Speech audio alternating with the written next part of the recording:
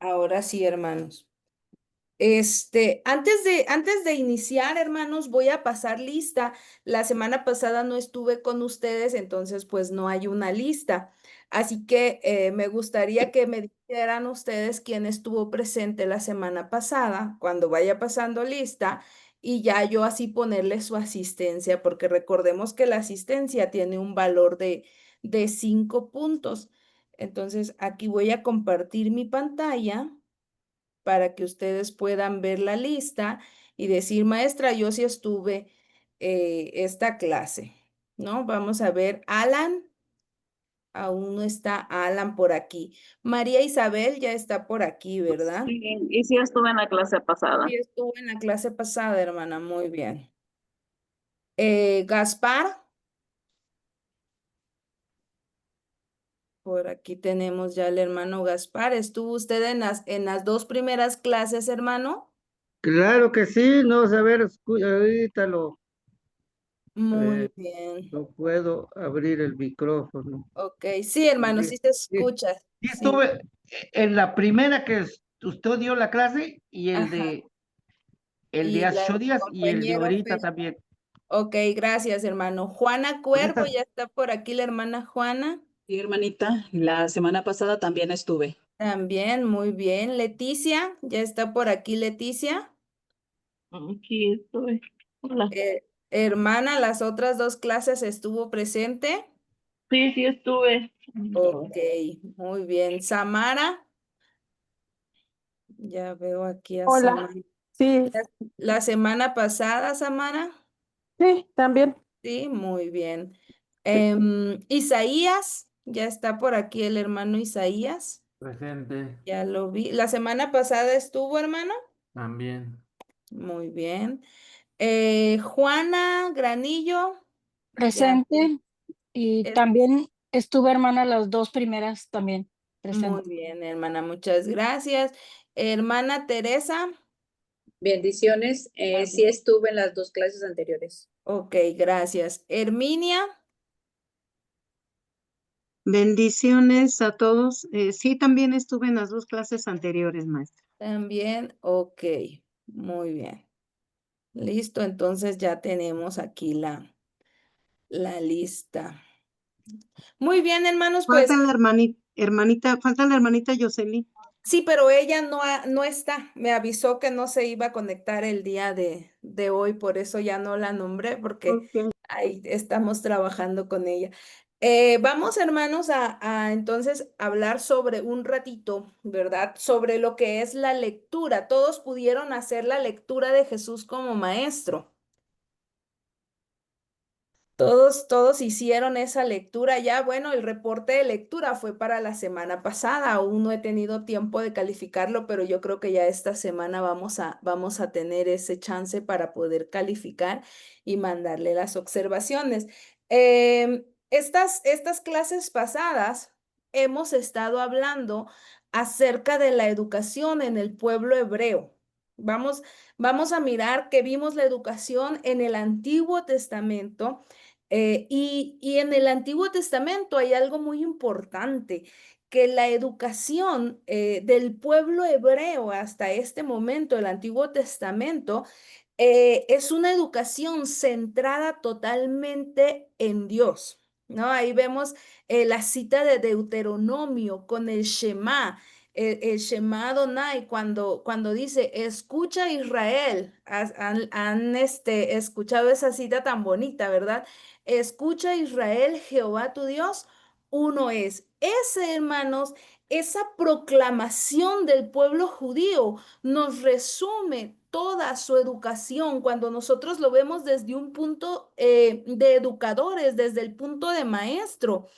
Esa declaración es la columna vertebral para el pueblo judío, porque de aquí, perdón, para el pueblo hebreo en este momento, ya que judíos se da el judaísmo, inicia después de la reforma de Esdras, ahí es donde ya se empieza a llamar judaísmo. Pero en este momento, cuando están saliendo del desierto, perdón, de Egipto, que están caminando por el desierto, que reciben los 10 mandamientos, en este momento ellos son el pueblo hebreo y ellos van a consolidar su educación dentro del pensamiento de que Dios lo es todo. Y entonces desde aquí van ellos a empezar esta educación, que no es una educación formal, porque si vieron en la clase pasada, la educación inicia ¿en dónde, hermanos? ¿En dónde se da la educación?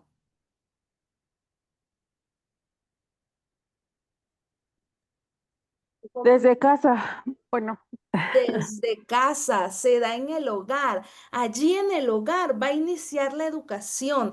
Y entonces la educación del pueblo hebreo que nos modela el Antiguo Testamento es una educación totalmente oral, que se va transmitiendo de generación en generación. Y como resultado de esta educación, hermanos, pues tenemos ya nosotros hoy en día las escrituras. ¿Por qué?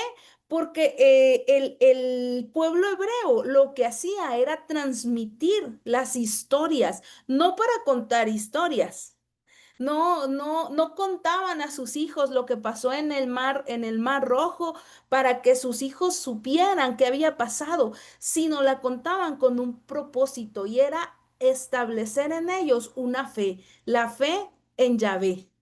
Por eso se contaban las historias. Y entonces, hermanos, este era el tipo de educación que tenía el pueblo hebreo. Tenía una educación oral, totalmente oral, una educación práctica. ¿Por qué? Porque mientras los padres se encargaban de transmitir la fe al hijo, era la madre la encargada de enseñarle las tareas del hogar, ¿verdad? Y vamos a ver que Deuteronomio es un libro clave para que nosotros podamos ver cómo era la educación en este pueblo. Ahí vamos a buscar citas en Deuteronomio, ¿no? Cuando dice, y vas a contar estas historias a tus hijos cuando andes en el camino, al acostarte, al despertarte, y vas a escribirlas. Y entonces, este era el tipo de educación, no era una educación formal, pero era una educación oral centrada en Dios. Todo el pueblo judío era un pueblo teocrático. Todo su educación, su moral, todo giraba en torno a Dios. Por eso es que tanto el profeta como el rey y como el sacerdote eran parte o pilares importantes de la educación del pueblo. El rey se encargaba de la educación dentro de la monarquía. El sacerdote se encargaba de la educación, de educar a un pueblo dentro de la iglesia, dentro del templo, y el profeta, que era el principal educador, porque él siempre hablaba al pueblo desde la moral, y la moral, su base, hablábamos en la primera clase que decíamos que la educación siempre ha tenido la idea del perfeccionamiento humano, de llegar al ser humano a ser un excelente ser humano. Y entonces el profeta, la base de esta moral, de este perfeccionamiento, era Dios, era este pacto que había hecho el pueblo con Dios en el Sinaí. Y ahí vamos a ver que aquí empieza la educación. Ya en el Nuevo Testamento, ya después en la educación judía, vamos nosotros a encontrar esta primera iglesia, esta iglesia primitiva que está empezando a formarse y que por lo tanto también está empezando a educar. Es importante para ellos empezar a educar. Entonces, no se hace diferente la educación judía de la educación de la iglesia primitiva. de los primeros seguidores de Jesús. Y hoy vamos a hablar un poquito acerca de esto. ¿Por qué? Porque el judío, ya en el judaísmo como tal, ya empiezan lo que son las sinagogas. Después de que el pueblo de Israel es desterrado, es exiliado, es llevado al exilio, ya no había un templo en el cual el pueblo se reuniera. Y entonces surgen en este momento las sinagogas donde el pueblo empieza a reunirse y dentro de las sinagogas también empiezan a surgir las primeras escuelas ya formales como tal, ¿no? Que se encargaban de educar al niño, que se encargaban no nada más de mostrarle, de enseñarle la fe al niño, sino que también se encargaban de prepararlo ya para la vida, ¿no? Y tenemos tres niveles en esta educación. Tenemos el primer nivel que se encargaba de enseñar y de que el niño tenía que memorizar la Torá. Ya el segundo nivel, que son los 5 primeros libros, ¿no? Del segundo nivel ya el niño tenía que memorizar la Tanakh como tal. Y ya el tercer nivel era el niño que ya se disponía a aprender totalmente para volverse un maestro de la ley, para volverse esta persona reconocida, ¿no? Entonces vamos a ver, hermanos, que es en este ambiente de educación, en este ambiente de educación donde aparece y Jesús, donde abre un paréntesis Jesús. Y como pudimos observar, o no sé si se pudo observar, el pueblo judío era un pueblo que a veces excluía de la educación. ¿Por qué excluía? Porque ya en el tercer nivel no todos podían entrar. El maestro tenía que seleccionar al alumno cuando le veía mucho potencial. Vamos a decir así, puros niños de 10 eran los que entraban al tercer nivel. Cuando se le veía mucho potencial al alumno, entonces el maestro le decía, ¿sabes qué? Ven y sígueme. Y entonces el alumno le seguía. Y al que no se le veía potencial, le decía, ve y aprende el oficio de tus padres. Y entonces ahí pues se descartaban, ¿no? Por eso vamos a encontrar que cuando Jesús llega aparece en escena, ¿cómo le dice a sus discípulos? Sígueme. Ven, y los discípulos lo reconocen como un rabí, porque la primera tarea de Jesús fue precisamente educar a sus discípulos. Entonces se cree que por esta parte es que los discípulos enseguida corrieron y siguieron porque había alguien que les estaba dando valor, alguien aunque ya habían reprobado el tercer nivel, alguien llegó y les dijo, sí puedes aprender, ven y sígueme, ¿no? Y entonces aquí entra Jesús a la escena y es donde quiero que platiquemos un ratito aquí. ¿Cuáles son esas estrategias de enseñanza de Jesús, las que le llamaron la atención y las que ustedes digan hoy en día se pueden seguir usando, hoy en día necesitan seguirse usando dentro de la congregación? Hablamos de que aquí hay personas que disipulan y que digan, yo puedo, me gusta este ejemplo de Jesús para ponerlo en práctica dentro de mis estudios o dentro de mis alumnos, vamos a llamarlo así, si lo vemos de un ámbito educacional. No se me amontonen uno por uno, levanten la mano. Bueno, dice que una de las características de la enseñanza de Jesús era de que hacía preguntas. Hacía preguntas. Le hacía preguntas y la otra era que usaba mucho contar historias. Ok, Historias que se basaban en la cotidianidad. linealidad de ese entonces, en lo que el pueblo hebreo hacía en esos tiempos. Entonces era en base a esos a esos ejemplos, lo que él agarraba para hacer historias, para que le entendieran en base a esas historias comunes, lo que conocemos como parábolas. Ok, las parábolas no fueron inventadas por Jesús, así lo podemos decir. Ya se enseñaba con parábolas, pero Jesús le vino a dar el realce dentro de, ¿no?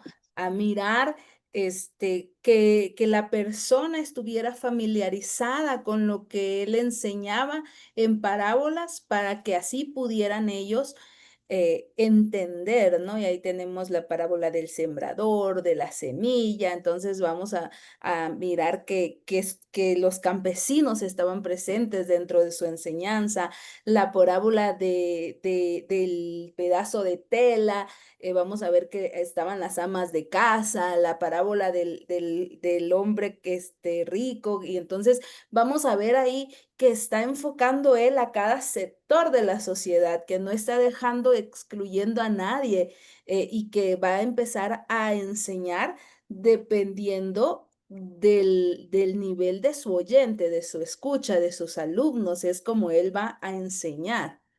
Muy bien. ¿Alguien más?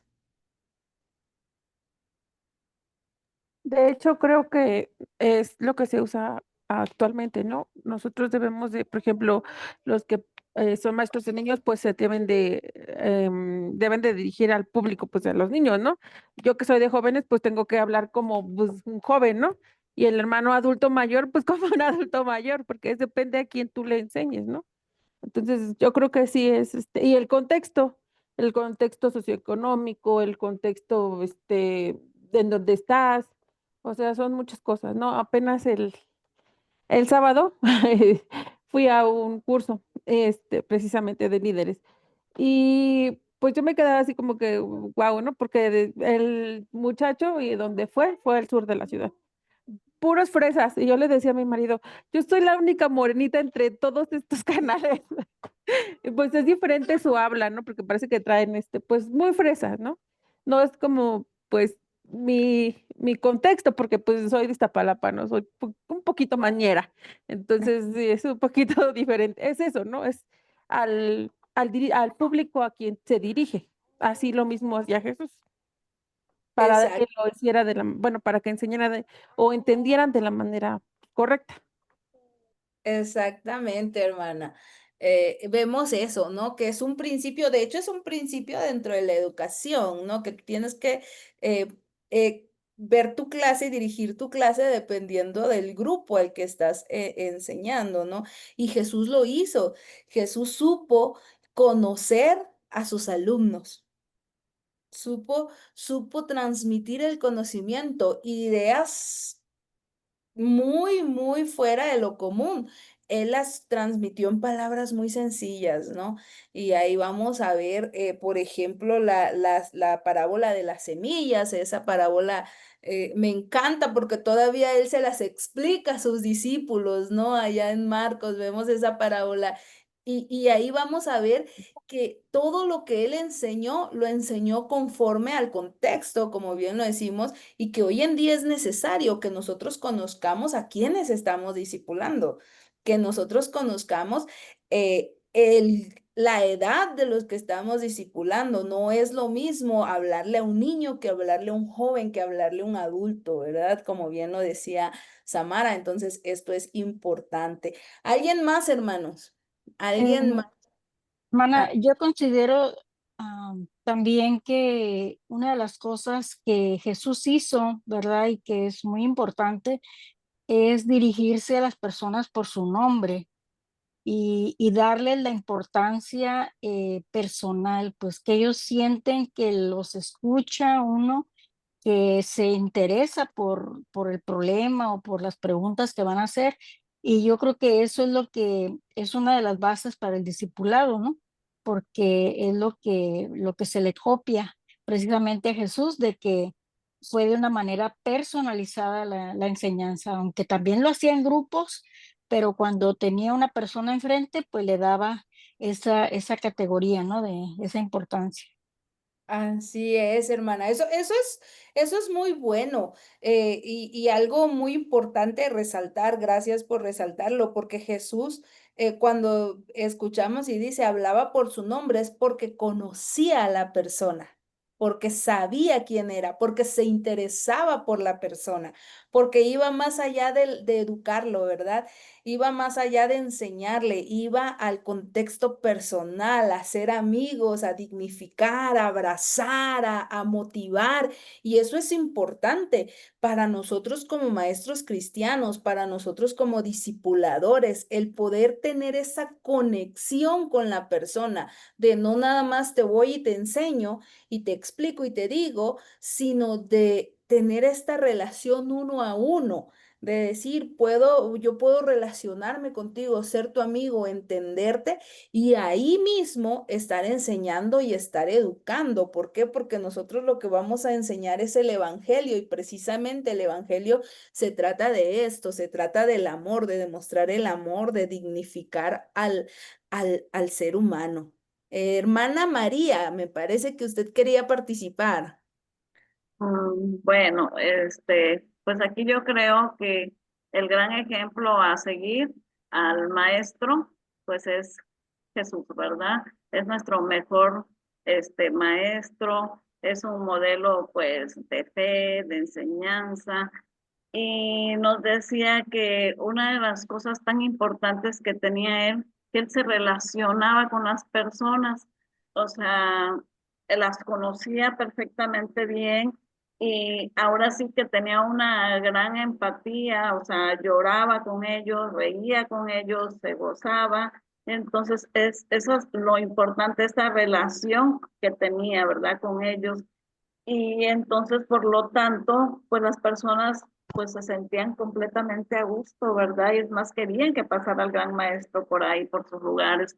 Y también dice que se gozaba, lloraba, reía, y si estaban tristes, pues ahora sí que pues estaba en esa tristeza con ellos, ¿no?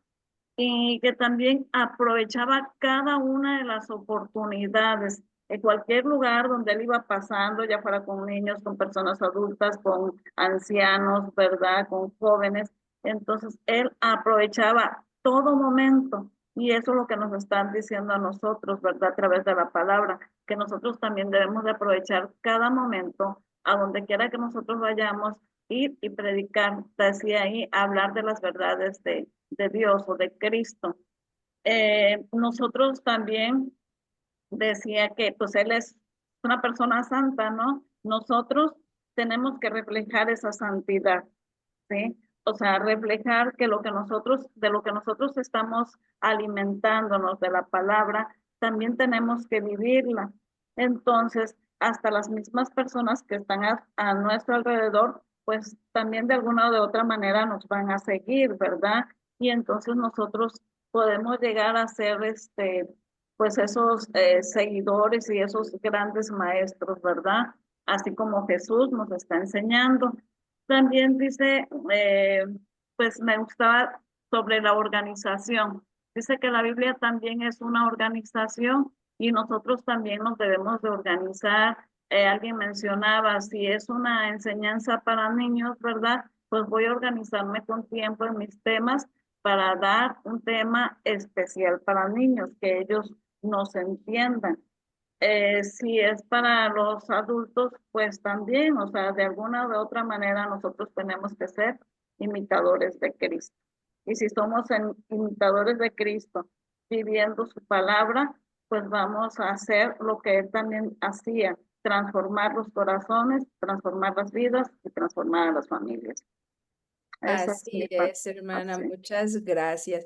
Sí, a mí me encanta esta manera relacional de Jesús, porque él educaba con el ejemplo, él educaba y actuaba. A mí me fascina el relato del hombre de la mano seca, ¿no? Porque cuando se para en la sinagoga y les dice, se puede sanar en sábado, o vas a amar, ¿no? Y pones por sobre todo al ser humano y hace esa sanidad, ¿no? Si la vemos desde este punto educacional, él estaba enseñándole a estas personas, pero les estaba enseñando con el ejemplo.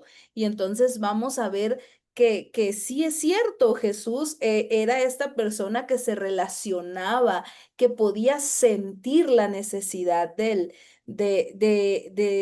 pueblo, la necesidad de las personas que lo seguían. Y que lo demostraba, hermanos, porque en ese tiempo donde no había redes sociales para decir dónde iba a estar Jesús, cómo la gente lo seguía, ¿verdad? Entonces, lo seguía por algo, lo seguía porque Jesús les mostraba interés, Jesús les mostraba amor, Jesús les estaba mostrando una nueva forma de vida, una nueva forma de comprensión al ser humano, ¿no? Y algo muy importante que la hermana tocó también es esta parte organizacional de Jesús, ¿no? Si nosotros vemos cuando manda a sus discípulos, los manda de dos en dos, les dice de dos en dos van a ir y van a ustedes a alcanzar más personas, a alcanzar más lugares. Entonces, esta organización también se debe de ver reflejada en el maestro, en el ministerio educativo dentro de la iglesia hoy en día, que cuando nosotros vayamos a dar una clase, una predicación, un discipulado, podamos, hermanos, organizarnos, no dejarlo todo al ahí se va o no dejarlo todo, ya me lo sé y entonces lo he dado muchas veces. Siempre tenemos que ver cuál es nuestro contexto, cuáles son nuestros alumnos hoy en día, a quiénes vamos a llegar y aunque sea un tema que yo ya he visto, tengo que aprender a organizarme. Muy bien, vamos a ver al último comentario, la hermana Herminia, y cerramos este bloque. Sí, otra de los puntos a destacar es que pues nosotros tenemos que, al igual que así como Jesús como nuestro buen maestro, el ejemplo a seguir, es que él no hacía excepción de personas también. Él sabía perfectamente de que ya sabía de antemano que Pedro le iba a negar, que Judas le iba a traicionar.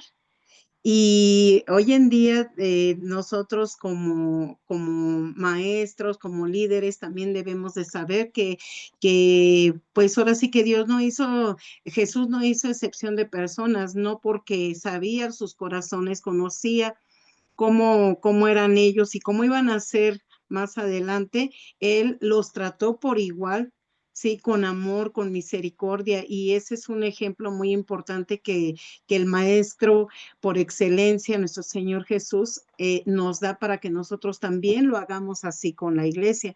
Muchas veces nos vamos a enfrentar con gente que pues es muy terrible, ¿verdad? Gente que nos da puñaladas por la espalda, ¿verdad? Que habla detrás de nosotros, ¿verdad? Que hace malos comentarios tal vez, pero nosotros con amor y con misericordia tenemos que tratarlos, ¿sí? Y le vuelvo a repetir, como el mejor ejemplo, nuestro Señor Jesús. Así es, hermana. Definitivamente, ¿verdad? Definitivamente en Jesús nosotros podemos encontrar la inclusión, ¿no? Esta parte de no hacer excepción de personas, de a todos, por todos llevar la cruz, ¿no? A amarlos a todos, sin importar quién fuera, y pues también tratar de enseñarles a todos, ¿no? Porque vemos a Jesús enseñando a sus discípulos sin excepción alguna. Entonces, sí, hermanos, vamos a ver entonces que dentro del tema de lo que es educación, dentro del tema de lo que es esta educación dentro de la iglesia, es muy importante también la figura de Jesús, ¿no? Entonces, si nosotros venimos, vamos a ver que la educación empieza con el pueblo hebreo, que tenía como columna vertebral a Dios, luego continúa en el pueblo judío, que ellos también empiezan a partir de la sinagoga. Cuando empieza la sinagoga, allí empieza la instrucción en los niños, la instrucción en los grandes. La sinagoga, vemos que tenía un sistema cultico muy estructurado, muy estructurado, donde habían personas que su liturgia era muy estructurada. Y también dentro de la sinagoga, pues habían los encargados de educar. Y después de esto, entra Jesús en escena. Y entonces esta educación teórica que se daba en la sinagoga, esta educación donde se mostraba, viene Jesús y la potencializa. Y entonces no nada más da la teoría, sino también da la práctica, ¿verdad? ¿Por qué? Porque Jesús viene y no nada más le dice, hay que amar al necesitado, sino Jesús enseña a amar, ¿verdad? Entonces Jesús dice, hay que respetar las reglas. Nunca vino a romper las reglas, nunca vino a querer excluir todo lo que ya se había dado, sino al contrario, él vino a enseñar, a redefinir todo lo que se había dado y que se estaba preparando y se estaba haciendo mal. Entonces, hermanos, después de la muerte de Jesús, queda una iglesia, queda un pueblo, quedan sus discípulos, sus seguidores, y entonces ellos empiezan a transmitir estos dichos y enseñanzas de Jesús, nunca con la intención de formar una nueva fe, de formar una nueva doctrina. ¿Por qué? Porque ellos querían seguir en el judaísmo, pero el judaísmo no aceptó todos estos dichos, todas estas enseñanzas de Jesús, y entonces aquí es donde surge la iglesia primitiva, surgen los primeros cristianos que van a reflejar, que van a reproducir las enseñanzas de Jesús. Y es donde hoy nos vamos a centrar, esta etapa de la iglesia primitiva hasta la reforma. ¿Cómo fue la educación? ¿Cómo fue la educación? ¿Cuál es el desarrollo histórico, no? De, ¿cuál es el desarrollo histórico de la educación cristiana a partir de la iglesia primitiva?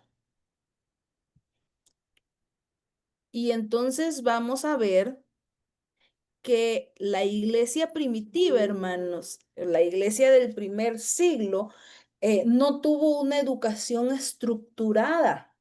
No tuvieron un sistema educativo como cual. Su educación fue muy sencilla y se basaba o se enfocaba en instruir a los nuevos convertidos.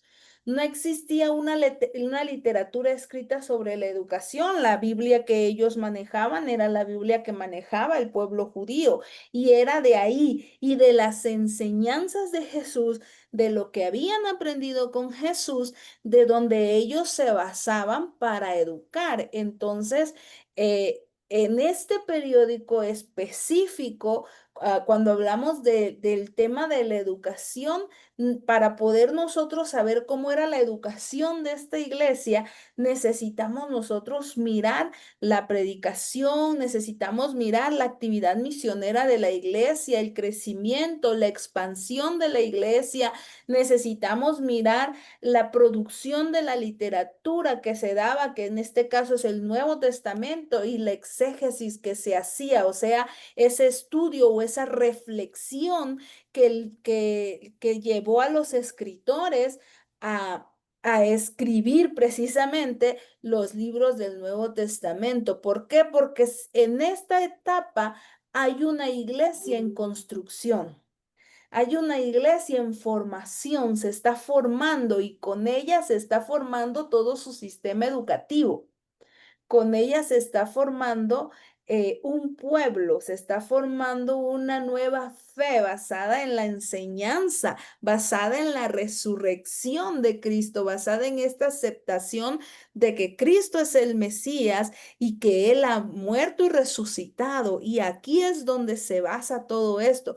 Por eso, hermanos, es que nosotros tenemos que mirar la vida del cristiano primitivo. ¿Cómo era el cristiano primitivo? ¿Cómo se comportaba? ¿Por qué? Porque es aquí donde nosotros vamos a empezar a mirar estos rasgos de la educación, de cómo ellos se educaban. Em, Dentro de los cristianos del primer siglo y el judaísmo no había mucha diferencia. Como les mencioné, ellos no querían crear una nueva doctrina, una nueva fe. Ellos querían que el judaísmo se regenerara, que el judaísmo reconociera en dónde estaba mal, pero no se logró. Y entonces en este primer siglo vamos a ver que está muy relacionado el judaísmo con el cristianismo. No se nota una diferencia tan grande o tan abismal como hoy en día la encontramos.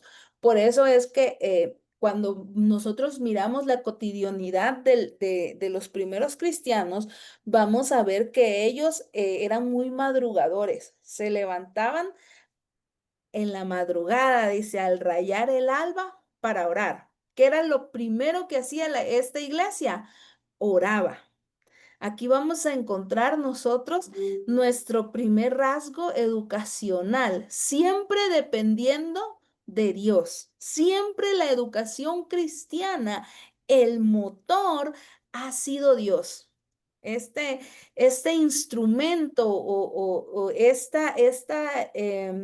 objetivo de a dónde va a llegar siempre va a ser Dios, ¿no? Y ya lo vamos a encontrar más adelante en las cartas de Pablo. Pero vamos a ver que lo primero que el cristiano hacía era tener esta relación con Dios. Y entonces dice, generalmente no comían en las mañanas y gastaban poco tiempo en asearse. Había esta vida que se trataba de volcar a todas estas disciplinas espirituales como lo era la oración, el ayuno.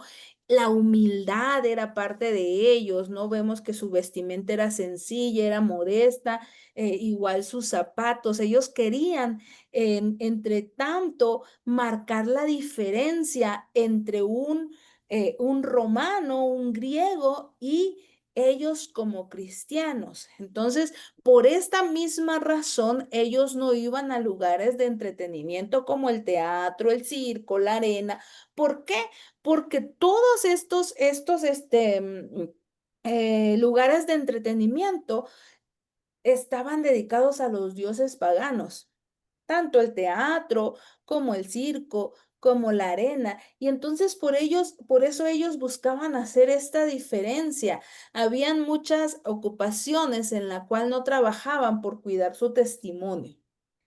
Vamos a ver que lo primero que ellos quisieron hacer es hacer una diferencia entre la sociedad de un mundo donde politeísta y ellos como un pueblo monoteísta, como un pueblo que solo servía a un solo Dios. Entonces ellos trataban de cuidar su testimonio, su integridad como cristianos, y los vamos a ver aquí practicando la oración 3 veces al día: a las 9 de la mañana, a las 12 del día y a las 3 de la tarde.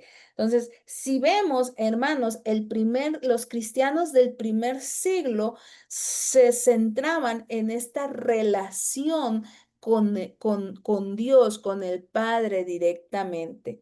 Pero a medida de que el Evangelio fue creciendo, a medida de que se da esta expansión del Evangelio a causa de las persecuciones del pueblo romano, vamos a ver que hubo un emperador llamado Nerón, que fue el primero en perseguir a los cristianos, ¿verdad? Y entonces a causa de esta persecución el pueblo empezó a expandirse, pero esta misma persecución logró que el evangelio empezara a expandirse, porque a donde el cristiano huía, a donde el pueblo huía, allí llevaba la palabra de Dios, ahí llevaba el evangelio.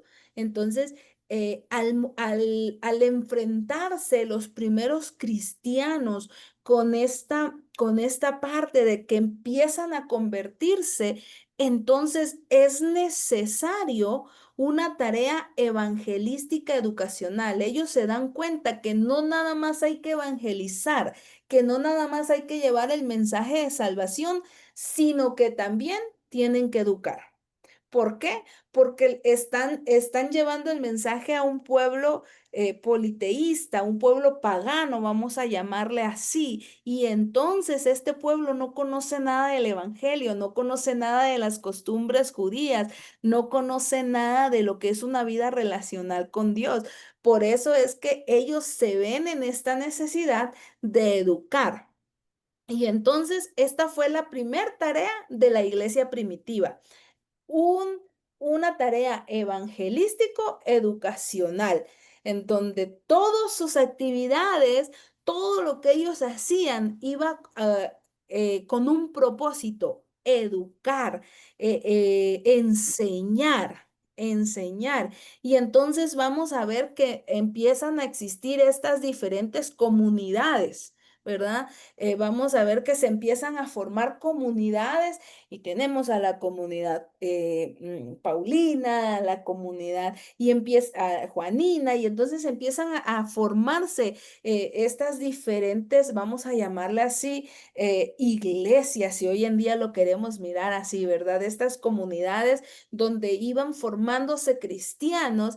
Y entonces, dentro de estas comunidades, cada acto de adoración, hermanos, y compañerismo que se hacía, también era una herramienta educacional.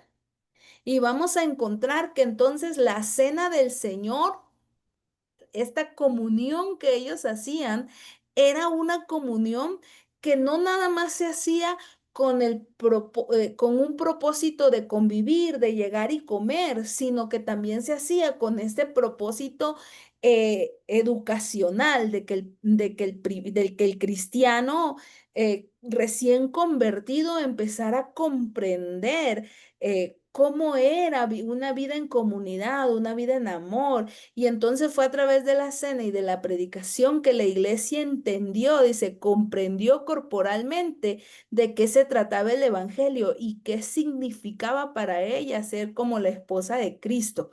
¿Por qué? Porque vamos a ver que la cena del Señor era un acto muy exclusivo.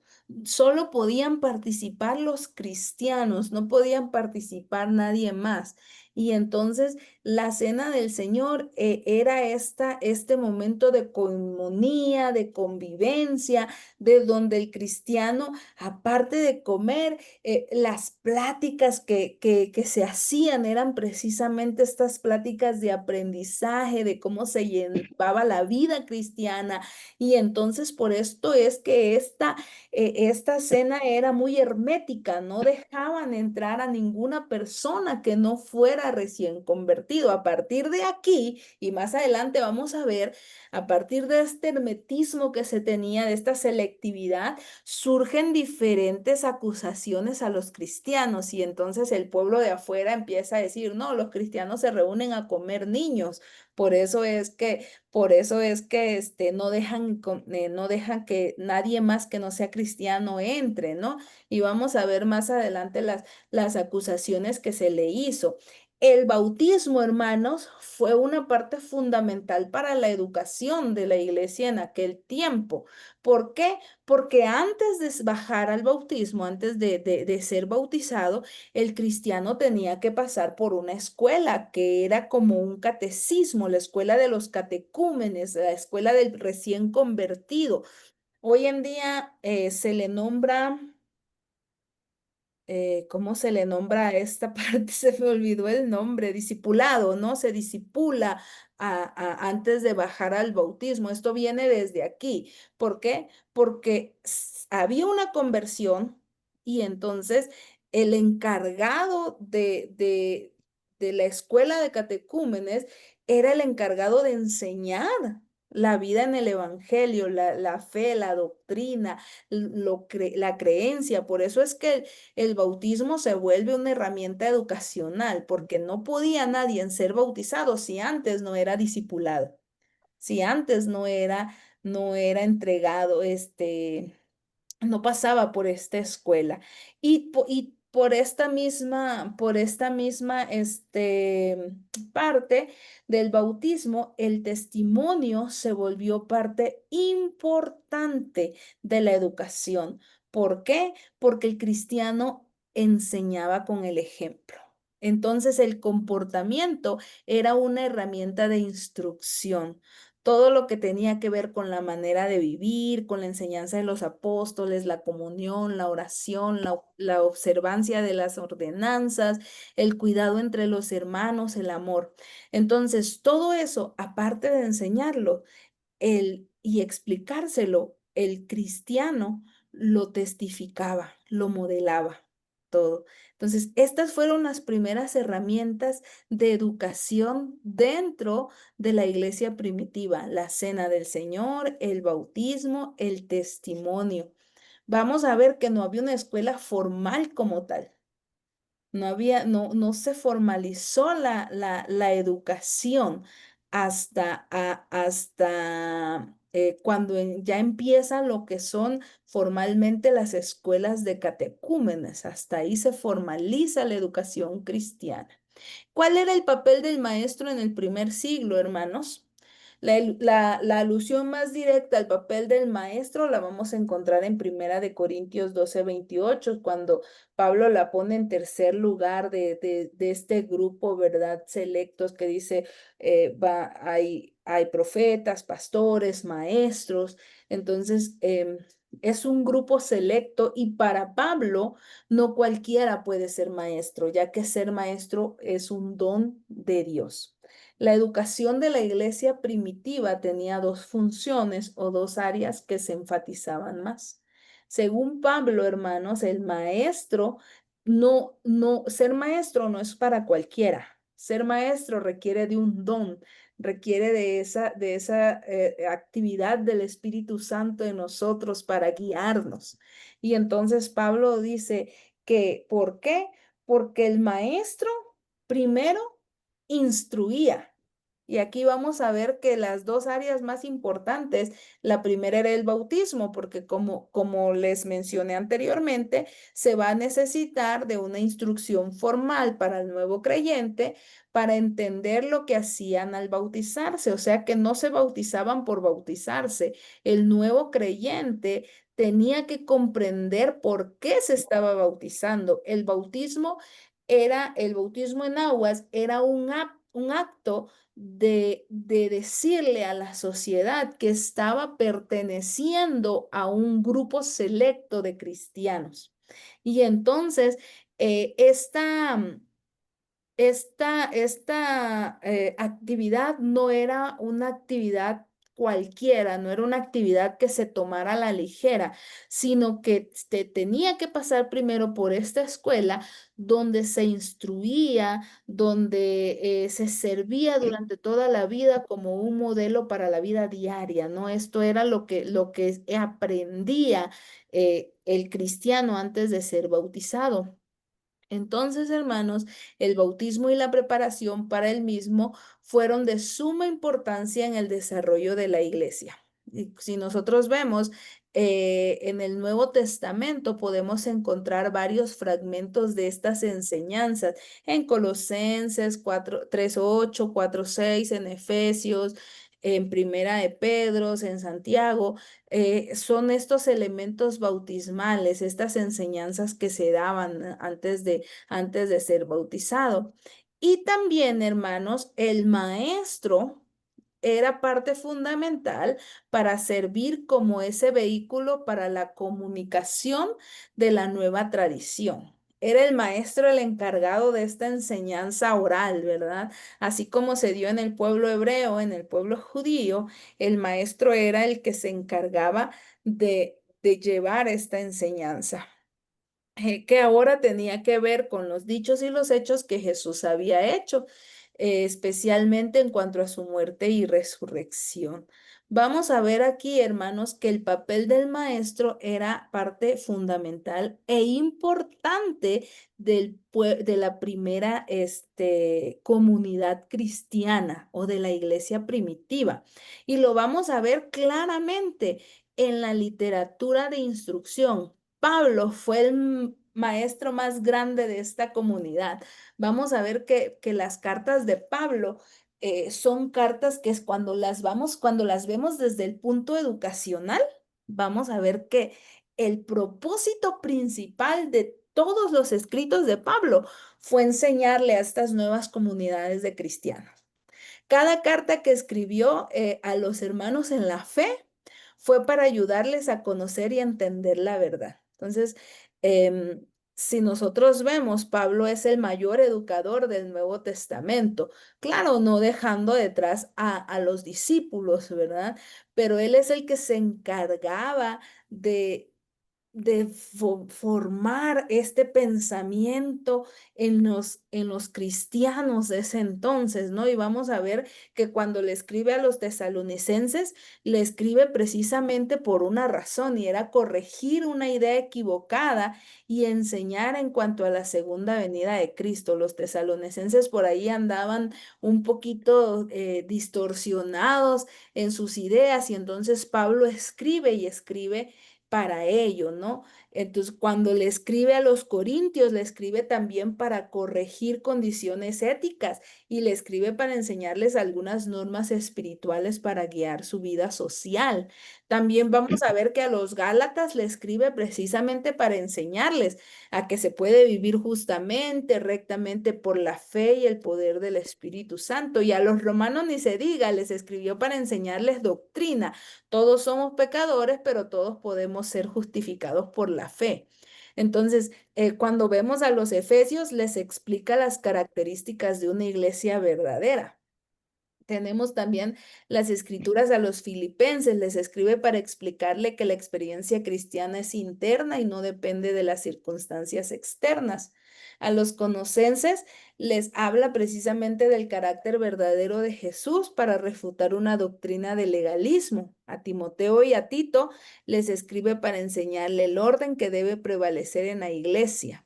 Entonces, si vemos, hermanos, cada una de estas cartas que Pablo escribe, las escribe para enseñanza. No sé cuántos de ustedes han leído las cartas de Pablo desde esta perspectiva de aprender, ¿no? De mirar cómo. Pero Pablo fue uno de los mayores exponentes, ¿no? En cuanto a esto, él escribe a los corintios, él escribe a los gálatas, y en cada una de sus cartas vamos a encontrar siempre enseñanza, vamos a encontrar. Hablas tanto de los dones espirituales, habla del comportamiento de los padres, habla del comportamiento de cómo deben ser los pastores. Ayúdenme a ver qué otro tema habla Pablo. Ah, le dice, habla de muchos temas. Habla de muchos temas. Comportamiento de las esposas, de los esposos. Del comportamiento de las esposas, de cómo deben de ser. Entonces, si nosotros vemos las cartas de Pablo desde estos ojos educacionales, vamos a ver que todas sus cartas son parte de la enseñanza del pueblo primitivo, y no nada más de la iglesia primitiva. Hoy en día Pablo es un personaje importante para la doctrina de la iglesia, y más nosotros como pentecostales somos muy paulinos, tenemos muchas enseñanzas paulinas, ¿no? La segunda venida de Cristo, pues precisamente la base la encontramos allí en los escritos de Pablo. Cuando hablamos de los dones, del don del Espíritu Santo, cuando hablamos de este tema, también muchas veces centramos estos temas precisamente en lo que enseñó Pablo. Entonces, hermanos, vamos a ver que la educación del primer siglo, pues no fue una educación formal, pero sí, hermanos, fue un intento de guiar a las personas por un nuevo camino, guiar al pueblo por un nuevo camino. Y este nuevo camino, pues era precisamente el camino de las nuevas enseñanzas, de este nuevo evangelio, ¿verdad? Que se estaba compartiendo, de esta buena noticia que había llegado al mundo, que era pues precisamente el Mesías ya revelado. Entonces, hermanos, en este primer siglo, ya avanzando un poco, surge un documento muy importante. Vamos a ver que el pueblo judío tenía el Talmud. El Talmud era prácticamente un libro que se dedicaba a explicar todo lo que la Tanakh o lo que la Biblia hebrea decía, ¿verdad? Los dichos. Entonces el Talmud era este libro que se encargaba de ir explicando estas reglas y todo, ¿no? Y así como el Talmud, ya dentro de lo que es el cristianismo, surge un documento muy importante, que es la Didaché. Este libro es un documento extracanónico. Probablemente se escribió cerca del año 90 antes de Cristo. Extracanónico quiere decir que no está dentro de la Biblia, no lo vamos a encontrar dentro de los libros del Nuevo Testamento. Sin embargo, tenía mucho peso para la iglesia primitiva. ¿Por qué?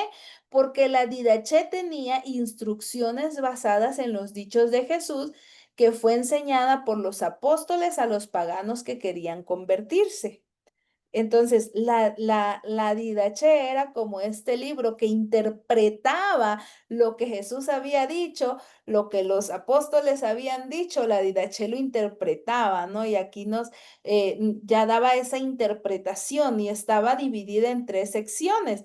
La descripción de la moralidad cristiana, cuál era el camino de vida que debía de tener el cristiano, los resumen de los rituales o las liturgias prácticas de la iglesia, enseñaba cómo debían de ser estas liturgias, cómo debía ser las rutinas, y también otra de las partes era el bosquejo de la organización de la iglesia, cuál era el lugar de los misioneros, cuál era el lugar de los profetas, de los maestros dentro de la iglesia. Entonces, como vemos aquí, la Didache era un libro muy completo ya que se centró más en la educación, en cómo educar a la iglesia, ¿no? Vamos a ver desde la moral, desde la liturgia, desde la organización. Fue un libro totalmente basado y dedicado a la enseñanza de la congregación. Entonces, fue un libro muy utilizado que tuvo mucho peso dentro, perdón, dentro de los primeros cristianos, dentro de la iglesia primitiva. Se le conocía entonces a este libro como la enseñanza de los apóstoles, así se le conocía a este libro, que fue importante para la educación de los primeros cristianos. ¿Cómo vamos hasta aquí, hermano? ¿Vamos muy rápido? ¿Vamos bien? Recuerden que si hay algo que no les queda claro, pueden levantar su manito, ya sea virtual o los que tienen prendido la cámara, y podemos seguir. Muy bien, ¿seguimos, hermanos, o tenemos 5 minutos de receso?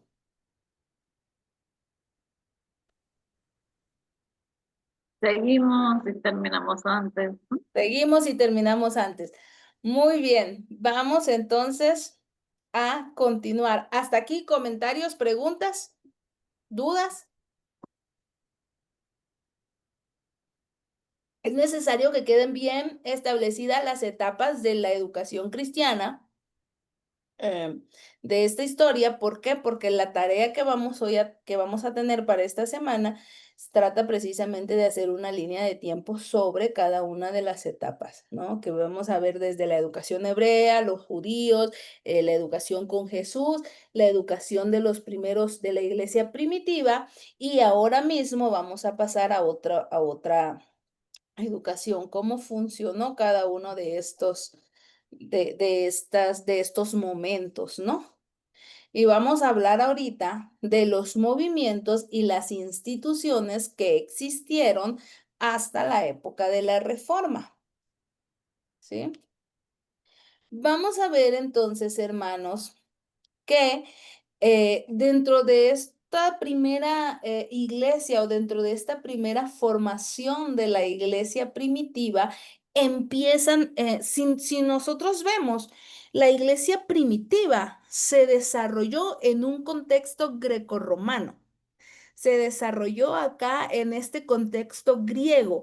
Y a la par del crecimiento de la iglesia, también estamos viendo que están surgiendo dentro de este contexto grandes filósofos. Platón, Aristóteles y más para acá, ¿verdad? Entonces están surgiendo grandes filósofos. El pueblo griego es un pueblo intelectual. No es un pueblo, es un pueblo que tiene mucho conocimiento, que la base de hecho de la formación de este pueblo es el conocimiento, es era lo que le daba mucho realce, mucho peso. Ya lo vieron en la clase pasada. Entonces, hermanos, el cristianos del primer siglo empiezan a compartir el evangelio y se empiezan a convertir al cristianismo grandes hombres preparados, hombres intelectuales, hombres que sabían, que habían estudiado. El mundo romano había sido afectado por el helenismo, que era este pensamiento griego, y los grandes conceptos filosóficos que dirigían las ideas de la vida. Y entonces la iglesia tuvo que preocuparse por el intelectualismo de la época, ya que empezaron a surgir diferentes herejías y cismas. Samara, te escucho.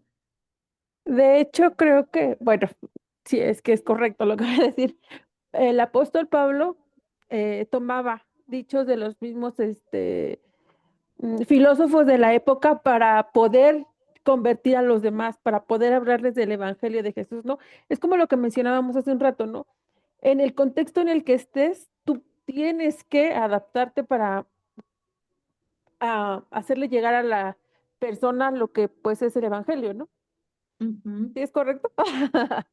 Sí, de hecho, nosotros vamos a ver que alguna de las doctrinas que tenemos hoy en día tienen un poco de influencia del platonismo, ¿no? Un poco, no vamos a decir que están totalmente fundadas allí, pero sí tienen un poco de este pensamiento, ¿no? Que se habla del dualismo y todo esto, precisamente por la época en donde se desarrolla el movimiento, donde se empieza a construir, empezamos a construir el cristianismo en este contexto de intelectualismo. Y sí, justamente la iglesia se ve obligada a empezar a prepararse un poco más. ¿Por qué? Porque al momento del evangelio expandirse, el judío, hermanos, era muy, muy selectivo. El judío era muy hermético, no dejaba entrar a las personas. De hecho, nosotros cuando miramos el judaísmo, vamos a ver que el crecimiento del judaísmo se da por la reproducción de las familias, ¿no? Por tener hijos.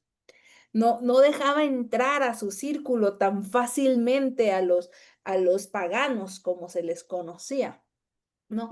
Pero el cristianismo trae precisamente esta universalidad del evangelio, que es que cualquiera puede entrar. De hecho, Jesús en la parábola de las bodas, cuando dice, vayan y traigan no, si no quisieron a los que vine, pues a los invitados vayan y al que busquen en la calle, tráiganselo a las bodas, ¿no? En esta parábola precisamente está haciendo alusión a esto. Vino aquí, no quisieron recibirlo, entonces todos pueden entrar, ¿no? Que dentro de los planes de Dios no es como que surgió de la casualidad, sino dentro de los planes de Dios siempre estuvo que todos estuviéramos incluidos dentro del evangelio. Entonces tenía que suceder, ¿no? Y vamos a ver que esta apertura que se da en el cristianismo, en donde empieza a darse a conocer un poco más el cristianismo, donde empiezan a reunirse y empiezan a congregarse y a adherirse personas que no eran fundamentadas en la fe judía, sino que sus crecimiento fue en la fe de los romanos, en la fe de los griegos, de este mundo. entonces también empiezan a surgir distintos rumores. ¿Por qué? Porque ya había más apertura del evangelio, ya se conocía más sobre el tema y entonces surgen rumores populares. Fundados por lo que la gente oía, ¿no? Decir o veía hacer, prácticamente por los chismes. Surgen rumores que se daban por los chismes, ¿no? Y entonces los paganos decían, uy, estas fiestas de amor, que era la comunión o la Santa Cena, dice, se reúnen los cristianos, como ya les mencioné anteriormente, no se podía entrar cualquiera, entonces el pueblo o la sociedad decía, no, es que estos no dejan entrar porque se reúnen para celebrar orgías. ¿Por qué? Porque aquí hay incesto, porque se casan hermanos con hermanas, como se llamaban hermanos, entonces decían, se casan hermanos con hermanas, aquí hay incestos y se unen precisamente a esto, a celebrar todas estas orgías. Se reúnen porque comen niño, dice que el ritual de iniciación es que se comen a un recién nacido y obligan al que inicia a comerse al recién nacido y entonces por eso no puede hablar y no puede decir qué se hace dentro de estas comuniones porque lo que están es haciendo pues es delictivo hasta cierto punto, ¿no? Entonces había una creencia también de que adoraban a un asno crucificado. Exactamente no se sabe de dónde surge esta creencia, pero era uno de los dichos populares, de los rumores populares que se decían, no, pues ellos adoran a un asno crucificado. Y entonces, estos rumores no tenían como que mucha fuerza en la comunidad, ¿no? Pues al final de cuentas la gente sabía lo que hacía, ¿no? El pueblo, la iglesia del primer siglo y ya después la iglesia sabía lo que hacía. Sin embargo, ya empiezan a surgir las críticas por la gente culta. Ya la gente que había estudiado, la gente que conocía, que miraba el evangelio y que ya empezaba a estudiar su doctrina de los cristianos, y entonces estas críticas fueron las que obligaron a los cristianos a empezar a crear un sistema educacional formal, a empezar a mirar y apostar por la educación ya con escuelas. ¿Por qué? Porque estas críticas decían, los cristianos son gentes ignorantes.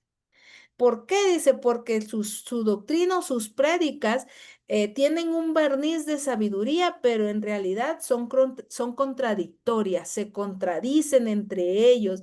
Y esta gente decía, no nos evangelizan a nosotros porque nosotros tenemos argumentos para responderle. Por eso es que se van y nada más le predican a los niños y a las mujeres, pero a la gente culta no le predican. Luego decían que era una religión de bárbaros, que los sabios judíos le copiaron a los griegos. Decían, es todo lo que ellos predican, decían, es una predicación copiada de los griegos, decían ellos. Y entonces habían estas declaraciones donde decían el Dios de los judíos, el Dios de los cristianos es un Dios ridículo. ¿Por qué? Porque dice ser omnipotente, dice ser supremo, que se encuentra por encima de todo, pero por otra parte se describe como un ser curioso que está siempre viendo todo lo que hacen y todo lo que dicen. Prácticamente decían, es chismoso el Dios de los judíos, le encanta estar viendo, mirando, ¿no? ¿Qué es lo que hacen? Entonces, decían que el Dios de los cristianos destruía las fibras de la sociedad porque no los dejaba participar en actividades sociales. Recordemos que los cristianos no asistían ni al teatro, ni al circo, ni a nada de estas actividades sociales. E incluso dice que muchos de los cristianos dejaron de asistir a los baños públicos por no contaminarse. También como que los cristianos lo llevaron un poquito al extremo, estas partes, ¿no? Porque dice que muchos de los cristianos, para no contaminarse, dejaban de asistir a los baños públicos. Recordemos que en este tiempo habían baños públicos, ¿no? Entonces, esto pasaba. decían que Jesús era un malhechor por el hecho de haber muerto crucificado. Si nosotros vemos, la crucifixión no fue una muerte que se le dio exclusivamente a Jesús, sino era una de las penas de muerte más altas en aquel entonces. O si hoy lo queremos catalogar, puede ser la silla eléctrica, ¿no?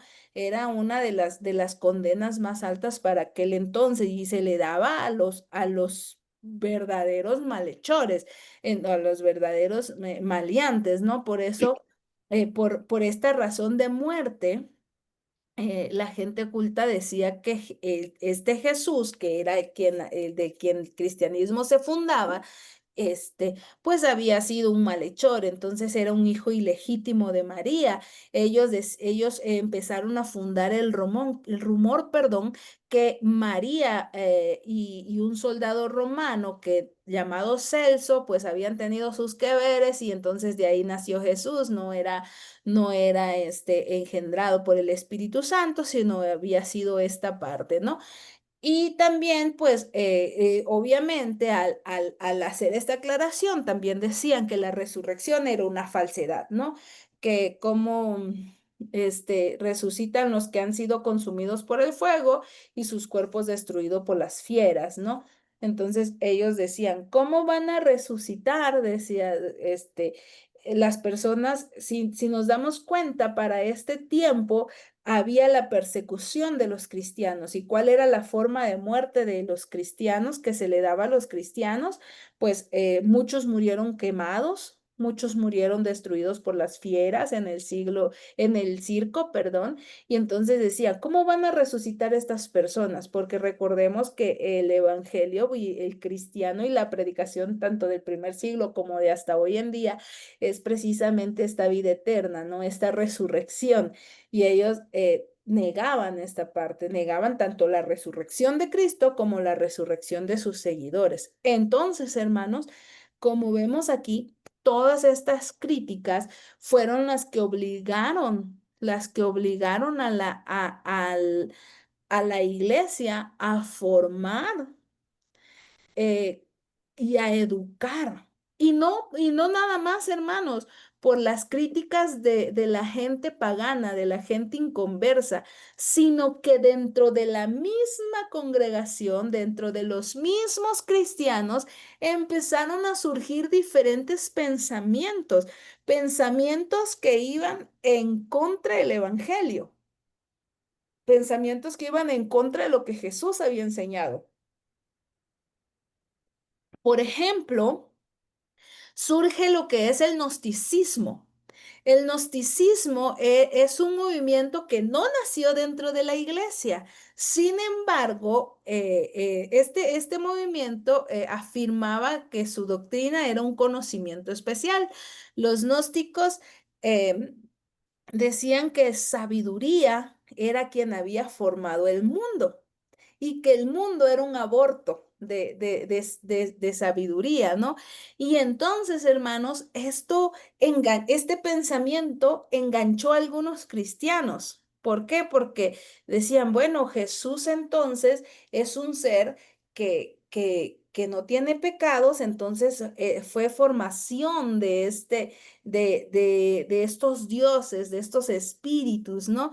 Y entonces los gnósticos vamos a ver, dice, ellos afirmaban que originalmente toda la realidad era espiritual y entonces había un ser supremo que no tenía intención alguna de crear el mundo material. Ellos decían, todo es espiritual y entonces hubo un ser supremo que no quería formar un mundo, pero sin embargo hubo un espíritu llamado sabiduría que se reveló y quiso crear algo y entonces ahí surge el mundo como este aborto, ¿no?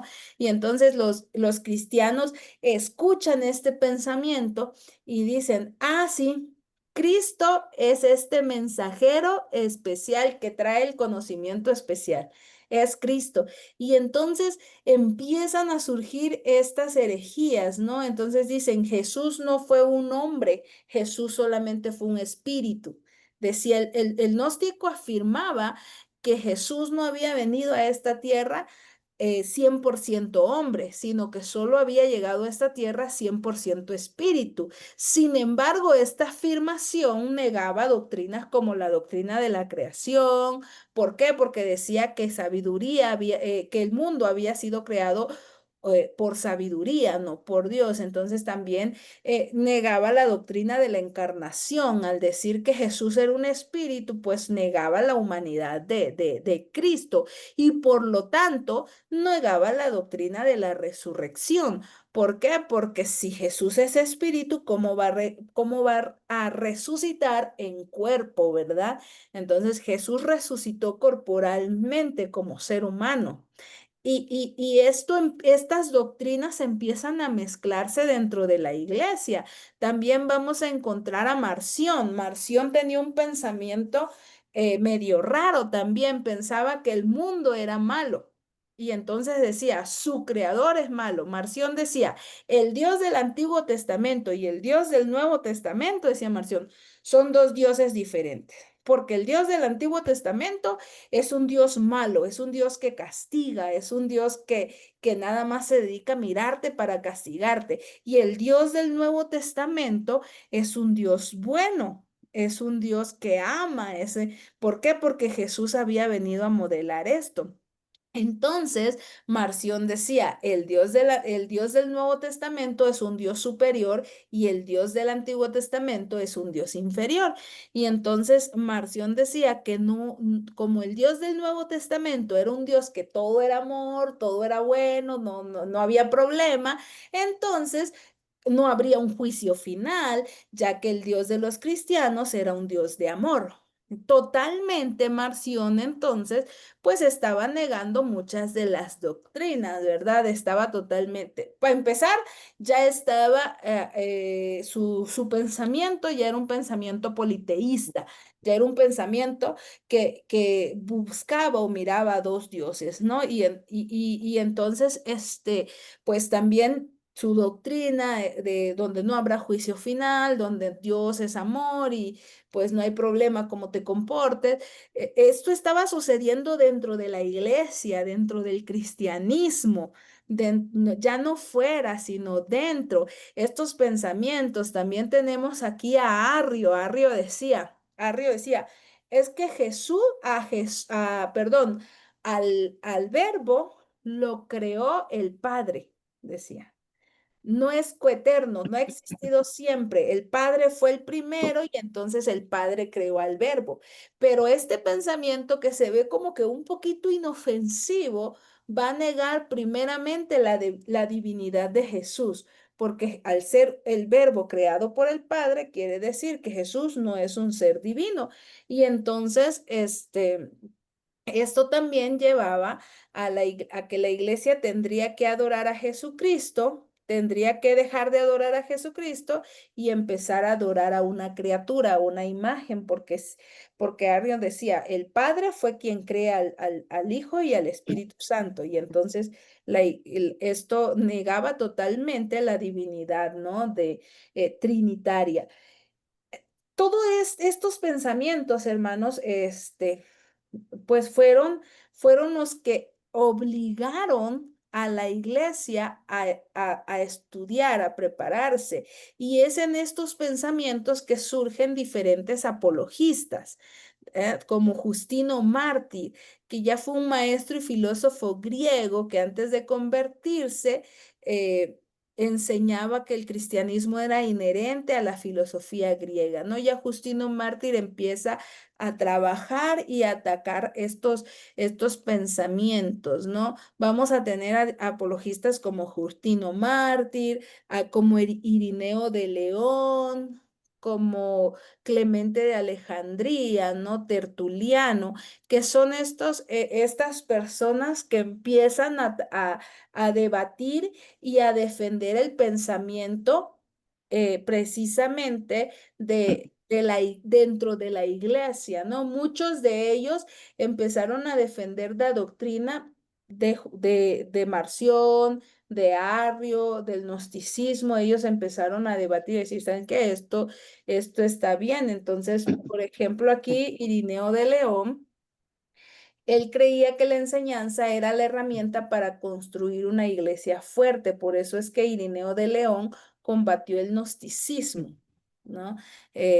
Vamos a ver que Clemente de Alejandría, que estuvo influenciado, aquí está lo que decía Samara, él tuvo mucha influencia de lo que fue la filosofía griega, pero consideraba que esta filosofía nos da una buena preparación para el avance del evangelio y que el cristianismo debía de aprovechar todas las oportunidades que se presentaban para aprender en cualquier rama, ¿no? Y aquí tenemos también a Tertuliano, que fue este cristiano que defendió la teología ortodoxa contra las herejías que se estaban dando en este momento.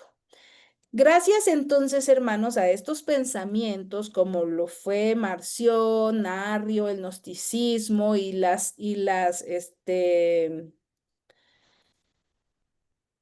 las críticas por la gente culta, fue que la iglesia entonces tuvo ya que formalizar su educación y entonces aquí surgen las primeras instituciones, ya instituciones educacionales. Vamos a ver que la primera institución fue la escuela de catecúmenos.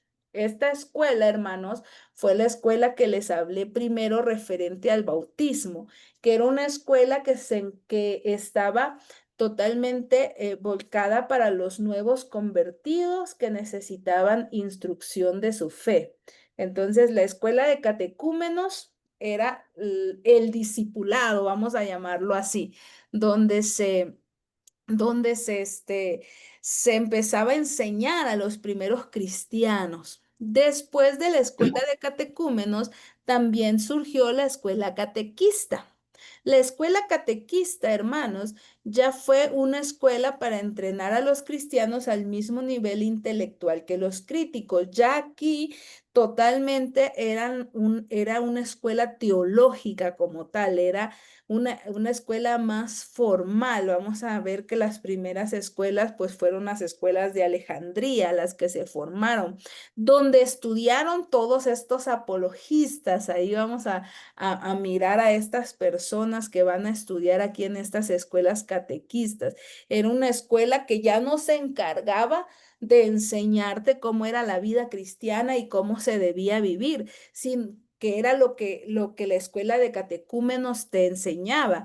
Ya las escuelas catequistas eran escuelas que se encargaban de ya poner, defender la fe delante de todas estas acusaciones que se estaban dando por los intelectuales de la época y defender la fe de estas, precisamente de estas herejías que estaban surgiendo dentro de la iglesia, como lo era Marción, Arrio y el gnosticismo.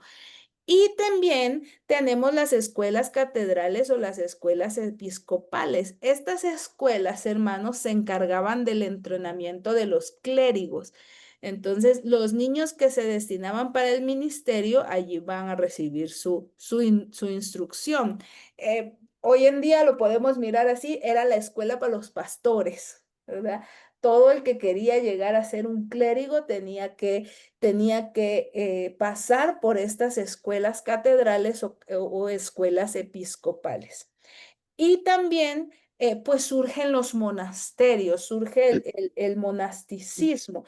El monasticismo, hermano, surge porque, pues hubieron personas que empezaron a ver que como que el cristianismo se estaba corrompiendo. Si conocemos un poquito de la historia cristiana, pues vamos a ver que ya cuando surge todo lo que es las grandes catedrales, el episcopado, el papado, pues también con ellos surge mucha corrupción dentro de la iglesia, ¿no?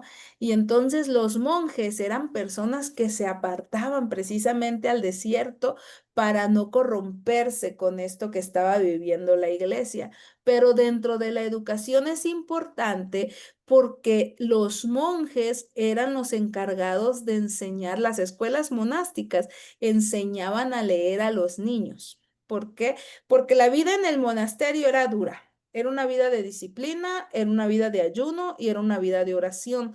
pero gracias al monasterio nosotros tenemos muchas traducciones, traducciones no, muchas, ellos se encargaban de escribir la Biblia, entonces, esta misma, eh, este mismo trabajo de copiar, de aquí surgen los copistas, los que se encargaban de transcribir, no traducir, transcribir la Biblia, los primeros escritos.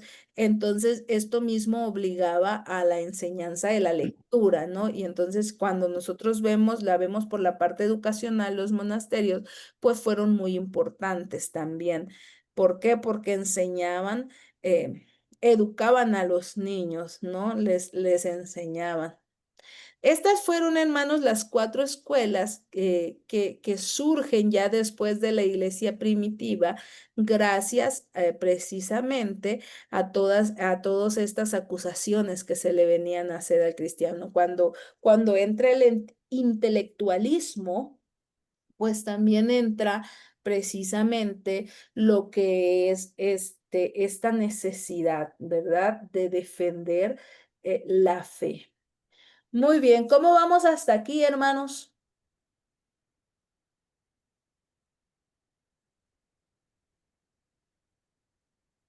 Bueno, su silencio me dice 2 cosas, o que están entendiendo o que no están entendiendo. Espero sea la primera. Eh, espero que sea la primera. Muy bien. Vamos entonces, hermano, al periodo del Renacimiento hasta la época de la Reforma. La época del Renacimiento es una época de renovación cultural y de humanismo. Fue caracterizada por un espíritu secular predominante. Cuando hablamos del Renacimiento, estamos hablando de esta época en donde se empezó a centrar toda la atención en el ser humano, toda la atención en el humanismo, y entonces hasta cierto punto, en las épocas anteriores había estado centrado tanto la educación, el arte, la ciencia, todo era teocrático, todo se centraba en Dios, en alabar a Dios, pero ya en el Renacimiento para acá se empieza a centrar en el ser humano, en la persona, el arte, la ciencia, la educación, en este placer, en esta existencia en el que el ser humano tiene que disfrutar, tiene que ser valorado, tiene que ser... Y entonces esto, hermano, pues empieza a darle el enfoque al hombre en sí mismo, ¿verdad? Y entonces el espíritu que se mira en esta época es un espíritu de individualismo. Empieza ya este avance tecnológico en esta época, en donde empieza a haber la apertura con la caída de los sistemas feudales, empieza a haber la apertura para que el hombre estudie, empieza la industrialización aquí, ¿verdad? Las fábricas. Entonces, esta época, hermanos, justamente en esta época se empieza lo que es la educación, lo que es el evangelio, empieza a tener mucho choque, empieza a tener mucho contrapeso, empieza a olvidarse. ¿Por qué? Porque el ser humano, el hombre de este momento, ahora está centrado en ser feliz, ahora está centrado en vivir bien, ahora está centrado en hacer dinero y empieza a centrarse en sí mismo. Y entonces, hermanos, este espíritu de la época llega hasta la iglesia. No es un espíritu que está desconectado. Y entonces la iglesia empieza a ser corrompida. Vamos a empezar a ver aquí la venta de indulgencias, ¿verdad? Donde necesitaban dinerito para crear una catedral y entonces la iglesia misma empieza a abusar ya del hombre, del ser humano. empieza a abusar del más, del más del pobre, ¿no? Y la iglesia misma empieza a involucrarse en este sistema, en este pensamiento, en este espíritu de la época, donde muchos de los papas lo único que querían pues era el reconocimiento, era pues el vivir bien, el dinero, y no nada más los papas, los clérigos, todos los que estaban aquí, ¿no? Y surge, por esta razón, hermanos, surgen los primeros anunciadores de la reforma y nosotros podemos decir, pues, ¿qué tiene que ver la reforma con la educación? Cada una de las etapas, hermanos, cada una de las etapas de la iglesia, cada una de las etapas de la historia del cristianismo tiene mucho que ver con la educación.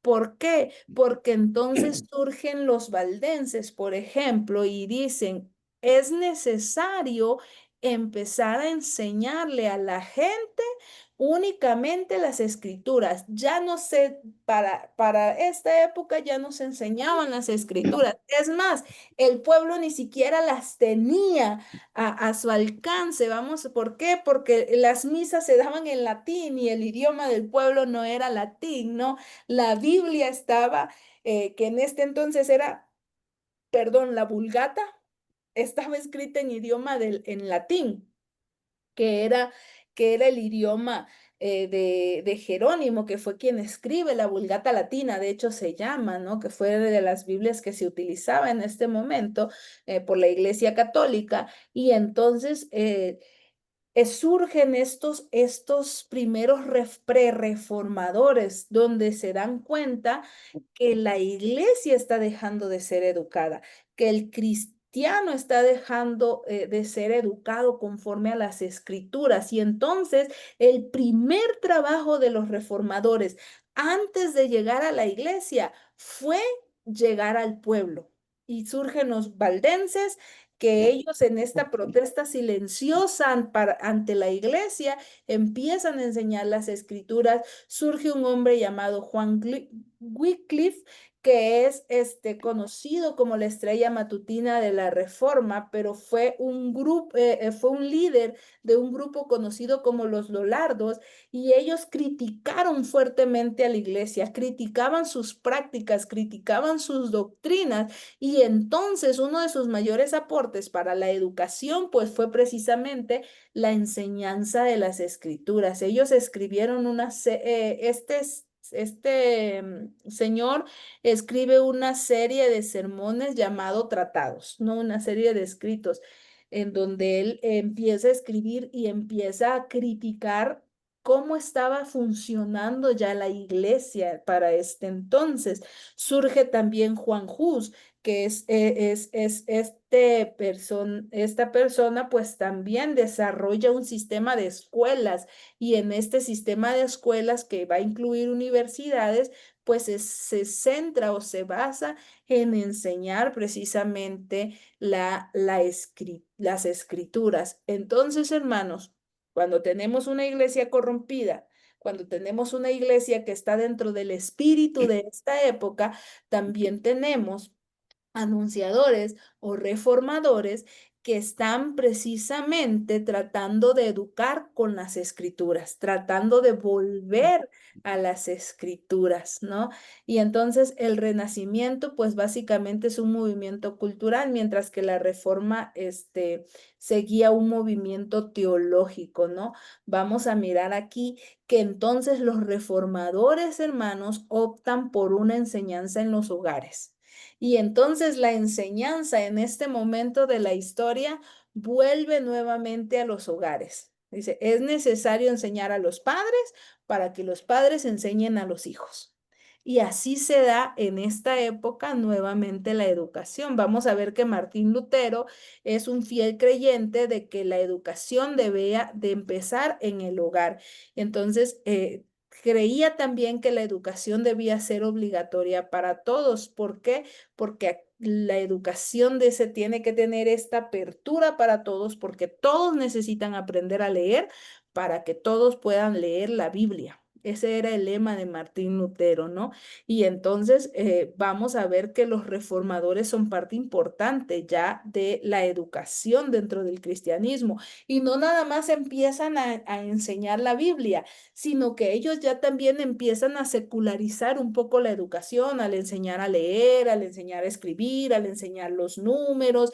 Ya empiezan estas escuelas dentro de por ejemplo, Felipe Melanchthon, él se dedica a la educación superior protestante. Ya empiezan los protestantes y está ya Melanchthon creando universidades, ¿no? Vamos a ver que en este tiempo de la Reforma ya se empiezan a crear estas universidades que, que van a estar enfocadas precisamente en los estudios seculares, pero también desde la óptica cristiana, ¿no? Y tenemos a estos grandes reformadores. Tenemos aquí también a Juan Calvino, que dice que la tarea de la iglesia es enseñar a los niños y entonces por eso él funda una academia donde incluye la educación tanto para los niños como para los adultos. Y tenemos aquí a Juan Knox, que él que fue quien promovió la idea del objetivo de la educación, que era aprender a leer. Ignacio de Loyola, que aunque este es un reformador católico, que se une al movimiento, se le conoce como la contrarreforma. Este reformador también, pues también esta persona trata de lo que es la educación y la autodisciplina. Bien, hermanos. Entonces, como vemos, cada uno de los momentos de la historia de la educación cristiana está entretejido con la educación de hoy en día. Y con la educación, siempre la educación ha estado presente. Y como pudimos ver, en un momento en el que la iglesia necesitaba la defensa, tuvo que echar mano de la educación. Por lo tanto, hermanos, la educación es importante para el cuerpo de Cristo hasta hoy en día. No podemos nosotros desvincular la educación de nuestra labor cristiana, de nuestra labor evangélica. Siempre se necesita de la educación. Siempre vamos a necesitar. Y es importante esto, ver esto. ¿Por qué? Porque sí es cierto, necesitamos de la ayuda del Espíritu Santo. Es Él el quien nos dirige. Pero también es importante la labor educacional de la iglesia hasta el día de hoy. Hasta aquí, hermanos. ¿Comentarios? ¿Dudas?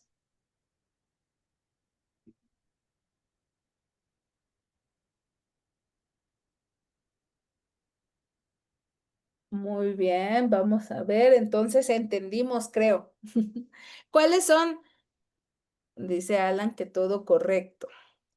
Alan, ya que estás por aquí, déjame abrir un paréntesis en la clase. ¿Has estado las otras dos clases, Alan? Porque no te tengo registrada asistencia aquí. En la primer clase no pude estar, Dios les bendiga. En la primer clase no pude estar, de esa voy a mandar resumen. Y en la anterior estuve, pero entré a la mitad de la clase, y entré como a las 8. Ok, Alan, entonces hay que hacer resumen tanto de la primer clase como de la primera parte de la anterior clase para que puedas obtener tus 5 puntos de cada clase. ¿Sale? Sí, sí, gracias. Ok. Muy bien, hermanos. Entonces, ¿sí quedaron marcadas las épocas? Sí se lograron ver durante la clase.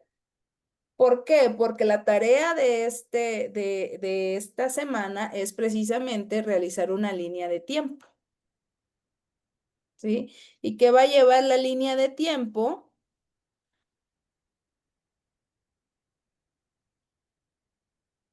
Va a llevar el desarrollo histórico de la educación cristiana. cómo se puede ver la educación cristiana en cada una de estas partes. Cómo inicia la educación en el pueblo hebreo, cómo sigue en el pueblo judío, con Jesús, en la iglesia primitiva, ya en la época de la Reforma, en la época del Renacimiento, en la época de la Reforma, estas etapas y cuál es la educación. Pueden tomarlo de aquí de la clase y también hacer sus investigaciones. ¿Sale? Bien, si no hay dudas, si está claro todo, díganme ustedes. Todo claro, todo ok. Entonces, si no tenemos dudas y está claro, pues quedamos hasta aquí el día de hoy con la clase. Y nos vemos ya el próximo lunes para concluir con esta materia. ¿Sí? Muy bien, hermanos, bendiciones. Maestra, Dígame, hermano. solo una pregunta sobre la manera de